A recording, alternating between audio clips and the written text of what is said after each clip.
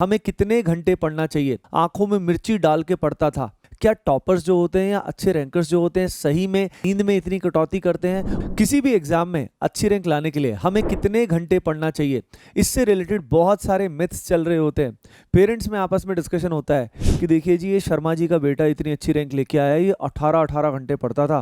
कोई कहता नहीं जी 18 नहीं, ये तो 20 घंटे पढ़ता था, ये तो लगभग सोता ही नहीं था। स्टूडेंट्स आपस में डिस्कस कर रहे होते हैं कि यार इसकी यूपीएससी में इतनी अच्छी रैंक इसलिए आई क्योंकि ये रात भर जागता था, आंखों में मिर्ची डाल के पढ़ता था। इस तरह के ना जाने कितने मिथ्स चल रहे होते हैं। सच्चाई क्या है? क्योंकि यार इसके कारण ना बहुत सारे स्टूडेंट्स पे बहुत प्रेशर पड़ता है और उस प्रेशर की वजह से, पेरेंटल प्रेशर की वजह से स्टूडेंट्स अपनी नींद में कटौती करते हैं। लेकिन क्या वो उनकी परफॉर्मेंस के लिए सही में अच्छा रहता है? क्या टॉपर्स जो होते हैं या अच्छे रैंकर्स जो होते हैं सही में नींद में इतनी कटौती करते हैं और इतना ज़्यादा सेल्फ स्टडी करते हैं? इस वीडियो से आपके सारे सवालों के जवाब मिल जाएंगे कि भाई कितने घंटे हमें एक्चुअल में पढ़ना चाहिए। देखिए गाइज, यहाँ पे प्राइमरीली दो तरह के कैटेगरीज में स्टूडेंट्स के ले रहा हूँ। पहली कैटेगरी वो है जो किसी कोचिंग में जाता है और उसके अलावा सेल्फ स्टडी करता है। उसके अलावा अगला स्टूडेंट ये है जो कोचिंग के साथ स्कूल भी जाता है। और एक कैटेगरी और भी आती है, वो लेजेंड्स की कैटेगरी है, जो खुद से पढ़ाई करते हैं, जो कोई कोचिंग ज्वाइन नहीं करते हैं, जो ऑनलाइन भी नहीं पढ़ते हैं, सिर्फ बुक से पढ़ते हैं और पूरा का पूरा पूर्ण रूप से सेल्फ स्टडी करते हैं। आइए सबसे पहले बात करते हैं फर्स्ट कैटेगरी ऑफ स्टूडेंट्स के बारे में। ये वो स्टूडेंट्स हैं जो कोचिंग जाते हैं। ज़्यादातर स्टूडेंट्स एक कोचिंग को ज्वाइन करते हैं ताकि उनकी परफॉर्मेंस बूस्ट हो सके। अब अगर हम बात करें कोचिंग में नॉर्मली समय कितना जाता है, तो कोचिंग में डिपेंडिंग ऑन द कोचिंग 4 घंटे से 7 घंटे कोचिंग में लग जाते हैं। अब कोचिंग के अलावा अगर हम स्लीप की बात करें तो आइडियली जो स्लीप होती है वो 6 to 8 आवर्स तो एक स्टूडेंट की होती ही है। तो 6 to 8 आवर्स ऑफ स्लीप अगर हम मानते हैं तो हमारे पास डेली चोर्स यानी डेली एक्टिविटीज़ करने के लिए भाई आप सभी को फ्रेश भी होना पड़ेगा, नहाना धोना भी पड़ेगा, है ना। ऐसी गंदी थोड़ी पड़े रहोगे। उसके लिए भी लगभग पूरे प्रोसेस में खाना पीना भी है, लगभग 1.5 से 2 घंटे लग जाते हैं। थोड़ा बहुत भाई रिक्रिएशन भी करना होता है, थोड़ी एक्सरसाइज भी करनी होती है, थोड़ा फन भी होना चाहिए, उसमें भी हमारा अराउंड 2 आवर्स लग जाते हैं। अब जिस स्टूडेंट को ट्रैवल करना पड़ता है उसके लिए और भी टाइम लग जाता है।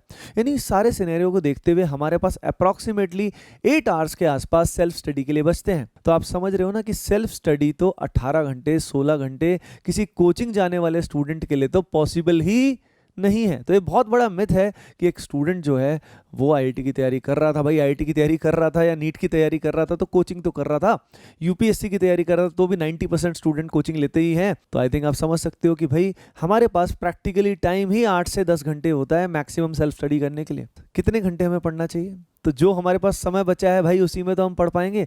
यानी नंबर ऑफ आवर्स को इंक्रीज करने के लिए अगर हम अपनी स्लीप को डिक्रीज कर देते हैं, जैसे कि फॉर एग्जांपल सर मैं 4 घंटे ही सोऊंगा, तो यार बाकी समय आप उबासियां मारते मारते परेशान हो जाओगे।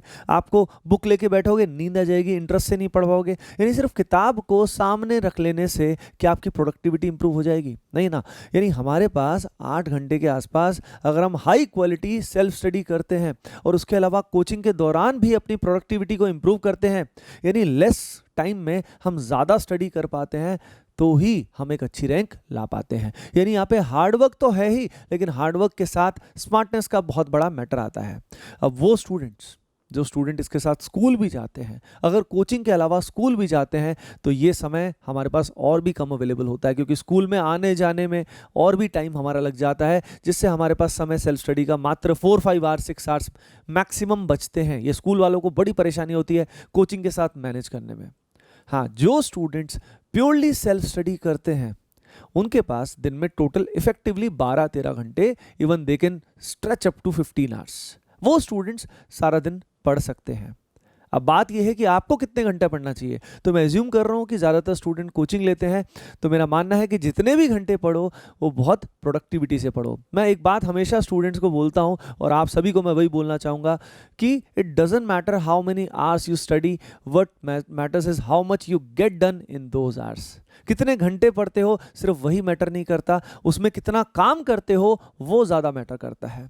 बहुत बार ऐसे स्टूडेंट्स होते हैं जो सारा दिन किताब लेके बैठे रहते हैं, लेकिन उनकी प्रोडक्टिविटी बहुत कम होती है और वो इतना सा काम कर पाते हैं। वहीं पे कुछ स्टूडेंट्स उससे कम पढ़ते हैं, 50% टाइम में उससे भी ज़्यादा काम कर पाते हैं। यानी यहाँ पे स्मार्ट वर्क का बहुत बड़ा एंगल आता है। तो what you need to do is, quantity तो अच्छी होनी चाहिए, आपको एटलीस्ट 6 to 8 आवर्स तो सेल्फ स्टडी करना ही पड़ेगा, लेकिन उसके अलावा आपको जब आपकी क्लासेस हो रही होंगी उस समय भी आपका फोकस एंड प्रोडक्टिविटी मैक्सिमम होनी चाहिए।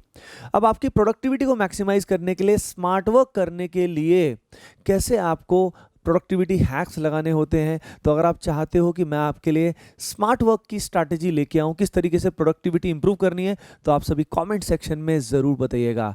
मैं अपने एक्सपीरियंस से आप सभी को बताऊंगा कि कभी कैसे लिमिटेड समय में बहुत अच्छा कर सकते हैं। जैसे कि आप सभी जानते हो कि मैंने खुद ने आईआईटी को क्रैक किया था, I got into IIT Roorkee. उसके अलावा I cracked UPSC mains, very limited time. उस समय मैं पढ़ा रहा था स्टूडेंट्स को, अलॉन्ग विद दैट मुझे पढ़ना भी था यूपीएससी के लिए, तो बहुत लिमिटेड समय में आई क्रैक्ड इट। तो आई कैन टेल यू कि कम समय में ज़्यादा कैसे पढ़ें, how to study more in less time, I can tell you that. Okay dear students, अच्छा आप में से बहुत सारे स्टूडेंट्स ने एक चीज़ रिक्वेस्ट की थी, स्वॉट एनालिसिस टूल के बारे में बात की थी। याद है कि आपको सबने कमेंट्स में लिखा था कि सर स्वॉट एनालिसिस, जिन स्टूडेंट्स को नहीं पता मैं बता देता हूँ, स्वॉट एनालिसिस टूल की हेल्प से स्टूडेंट अपनी स्ट्रेंथ और वीकनेस को आइडेंटिफाई करता है और चैप्टर्स को, सीक्वेंसिंग को डिफाइन कर सकता है कि किस प्रायोरिटी में उसको पढ़ना है।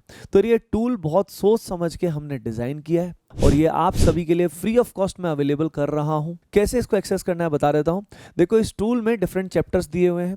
आपको चैप्टर्स को 3 कैटेगरी में डिवाइड करना है, या तो स्ट्रांग रखिए, या मॉडरेट रखिए, या वीक रखिए। 3 कैटेगरी के चैप्टर्स हैं और उसको टिक करते रहिए। सबसे पहले आपको मॉडरेट एंड वीक जो है उनको स्ट्रांग में कन्वर्ट करना होगा। याद रखिए जितने ज़्यादा चैप्टर्स को आप स्ट्रांग बनाएंगे उतना ज़्यादा आपका रियल एग्जाम में स्कोर बढ़ता ही जाएगा। अब ये जो आपको दिखाई दे रहा है स्वॉट एनालिसिस टूल, इसको कलर्ड में प्रिंट करिएगा और प्रिंट करके अपनी स्टडी टेबल पे उसको यूज़ करिएगा, उस टूल को लगातार लगाइएगा। जैसे 1 महीने के बाद दोबारा से एनालाइज कर सकते हो कि आप कहाँ पे स्टैंड कर सकते हो। यानी जितने ज़्यादा चैप्टर्स आपके स्ट्रांग होते जाएंगे उतना आपकी कमांड बढ़ती जाएगी। एटीपी स्टार कोटा के भी कई सारे ऐसे टॉपर्स हैं जिनसे मेरी भी बात हुई थी। बहुत सारे स्टूडेंट्स को जो मैंने मेंटर किया, तो आई कैन टेल यू कि जो टॉपर्स हैं वो कितना पढ़ते हैं। आइए देखते हैं इस छोटी सी क्लिप को। बच्चे बहुत सारे पूछते हैं कि कितने घंटे पढ़े। मैं हमेशा स्टूडेंट्स को बोलता हूँ कि what matters is how much you get done in those hours rather than number of hours. Number of hours count करने का कोई खास बेनिफिट होता नहीं है, बट स्टिल आपका ओपिनियन शायद सभी बच्चे जानना चाहेंगे। तो अर्पित 8 to 10 hours इंक्लूडिंग क्लासेस।